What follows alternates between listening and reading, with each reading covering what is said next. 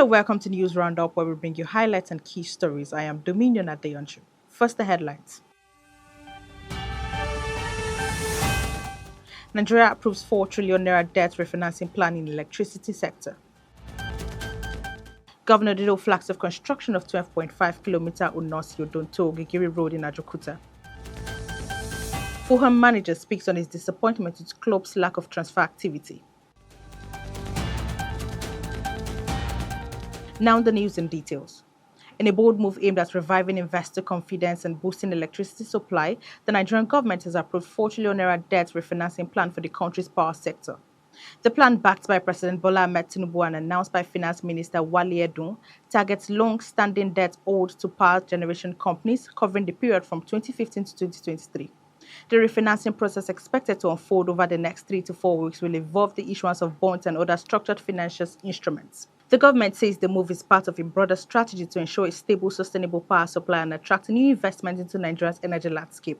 It's a high-stakes intervention that could reshape the country's power future if implemented effectively.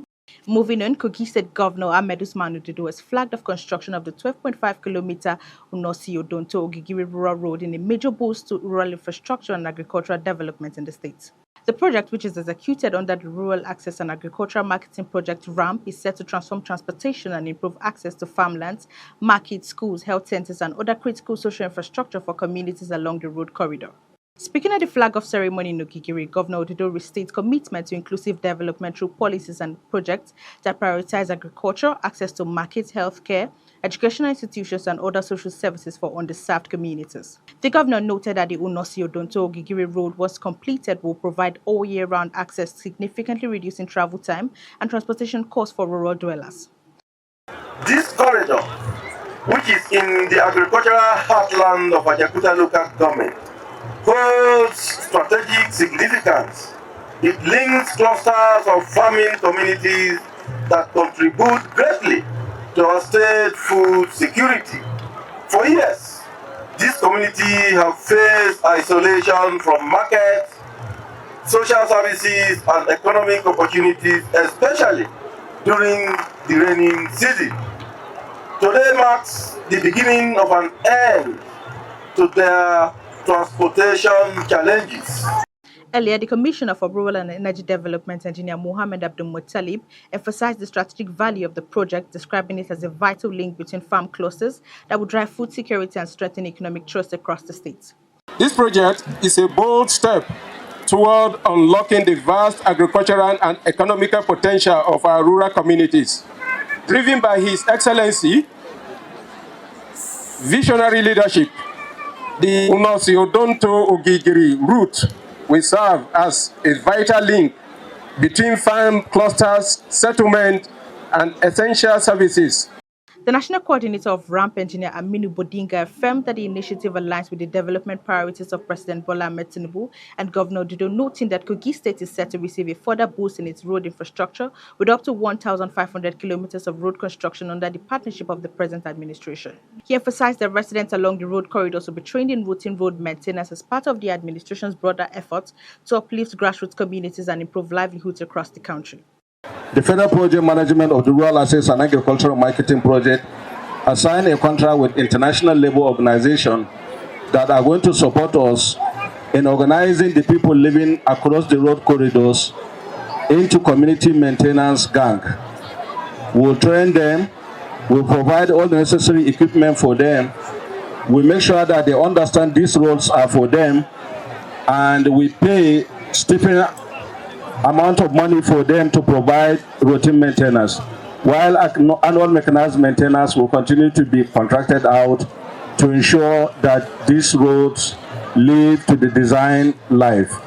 The member representing Ajakuta Federal Constituency, Honorable Abdulrahim Egidi, expressed gratitude to Governor Dido, stating that the project has the potential to significantly transform the economic fortunes of the entire state, particularly Ajakuta local government and the host community. In his goodwill message, the chairman of Ajakuta local government, Haruna Aliyu, noted that the ongoing road project connects 10 out of the 14 wards in the Ajakuta local government area, describing it as a major catalyst for the local economy. Some residents of the area expressed appreciation to the state government, noting that the road would ease movement of goods and services, boost trade, and improve living standards among rural people. The Kogi State government has approved a number of critical infrastructure projects aimed at enhancing development across the state. The announcement was made by the Commissioner for Housing and Urban Development, Honorable Taye Banika, at the end of the State Executive Council meeting in Lokoja. Victoria Stephen has the report. According to the commissioner, the state government has approved the construction of a new treasury house, which will serve as the administrative hub for both local government and state revenue operations. In addition, the council approved the renovation of the Ohimege Palace in Koton Karfi, as well as the refurbishment of government quarters in Lokoja. He added that further approvals include the construction of student hostels and doctors' quarters at the Confluence University of Science and Technology COSTECH Teaching Hospital in Okene. Honorable Abanika stated that these projects are part of the government's ongoing commitment to enhancing infrastructure, improving service delivery, and fostering sustainable development across the state. We have the singular honor by His Excellency Alhaji Usman Ododo and the President of all other council members to ratify and approve the construction of Treasury House, Lokoja. This Treasury House will house both the local government and the state PENCOM activity and the staff of those institutions. We also have ratification and approval for the renovation and reconstruction of Ohimege's Palace in Kotokarifi. His Excellency has been doing a lot of things in terms of housing in Kogi State.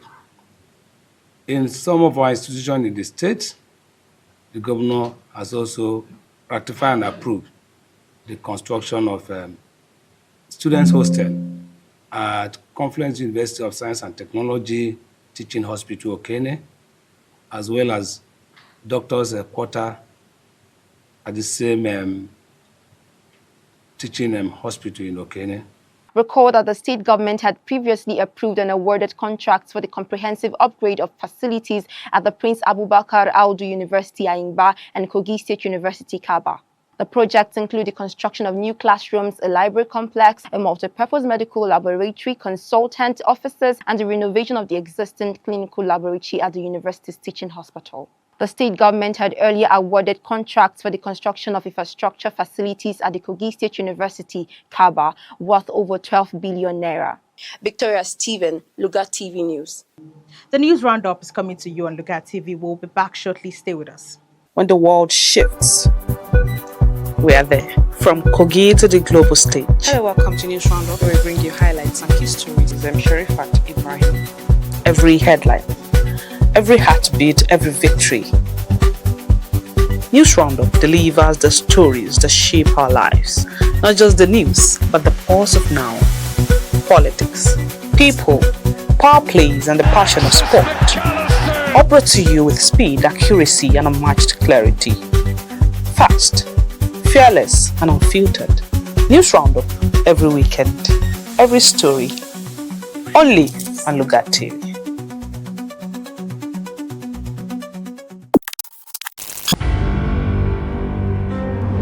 On January 27, 2024, Governor Ahmed Usman Ododo became the 5th executive governor of Kogi State, signaling a new era of development. His vision was clear: to foster sustainable development, prioritize the needs of the people, and promote unity among the state's diverse communities. In the education sector, Governor Ododo's administration has improved schools, provided scholarships for students, and prioritized teachers' welfare. The governor has built and revamped several primary healthcare centers across the state and equipped them with modern facilities. Under Governor Ododo's leadership, Kogi State has witnessed improved security and enhanced collaboration among its diverse communities. Governor Ododo's commitment to economic empowerment is also noteworthy. His administration has launched programs to promote entrepreneurship, particularly among young people in the agricultural sector.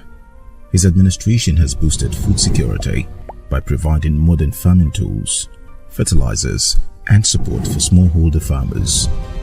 Kogi State stands stronger, united, and ready to take on the future under the administration of Governor Ahmed Usman Ododo.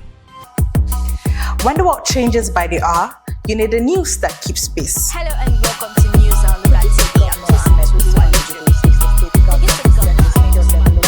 TV. From local stories that matter to national events shaping our future. This is the pulse of the people, the truth unveiled, the headlines that define today. Join us every weekday for News Hour, only on Local TV. Welcome back.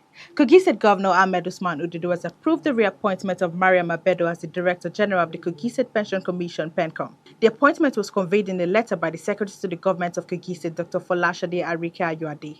Khadijat Muhammad has more.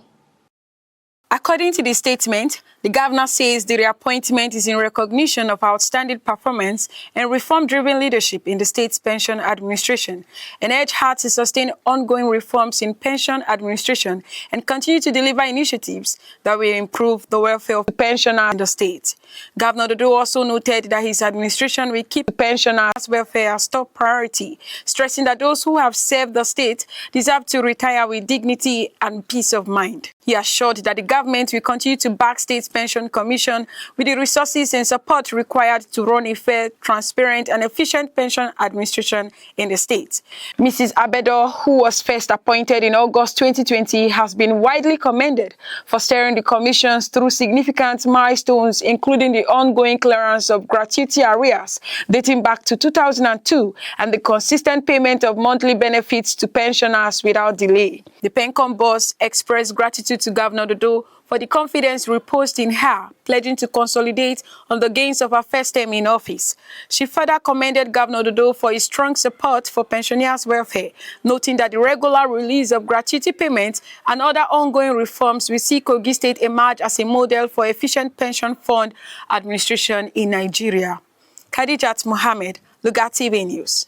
Media practitioners in Kogi State have called on the state government to upgrade Lugat TV, currently operating from the government house in Lokojas and online television, into a full-fledged state-owned television station. The call was made on Tuesday during the open week marking Lugat TV's first anniversary at the Government House Media Center. Veteran journalist and former head of the News Agency of Nigeria in Kogi State, Kola Adeyemi, who is also a member of the Federated Chapel of the Nigerian Union of Journalists, Kogi State Council, led the call.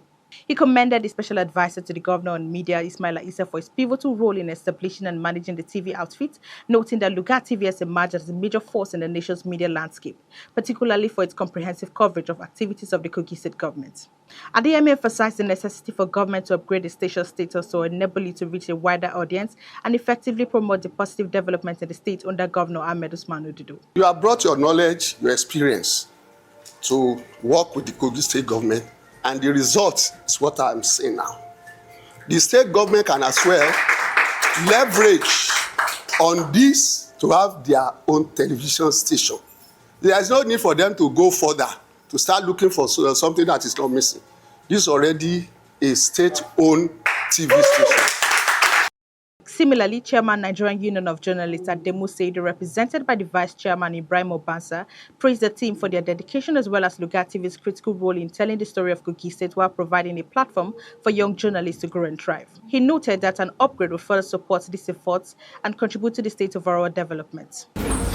This edifice will be turned into a full-fledged broadcasting house that will touch the life of the people. Chairman Correspondent Chapel of the NUJ, Shegun Salami, described the facilities and progress of Lugat TV as fantastic and advised management not to rest on their achievements. He should build on what he has started. The company should be more focused. The company shouldn't feel because they have attained this height, they want to go and relax. Earlier, the chairman of the Federated Chapel, Michael Abu, lauded the capacity and competence of the special advisor on media in steering the station and pledged the chapel's support for Lugat TV's continued success. I want to say that those of us in the Federated Chapel, we are proud of what Lugat TV has been able to do in the last 1 year.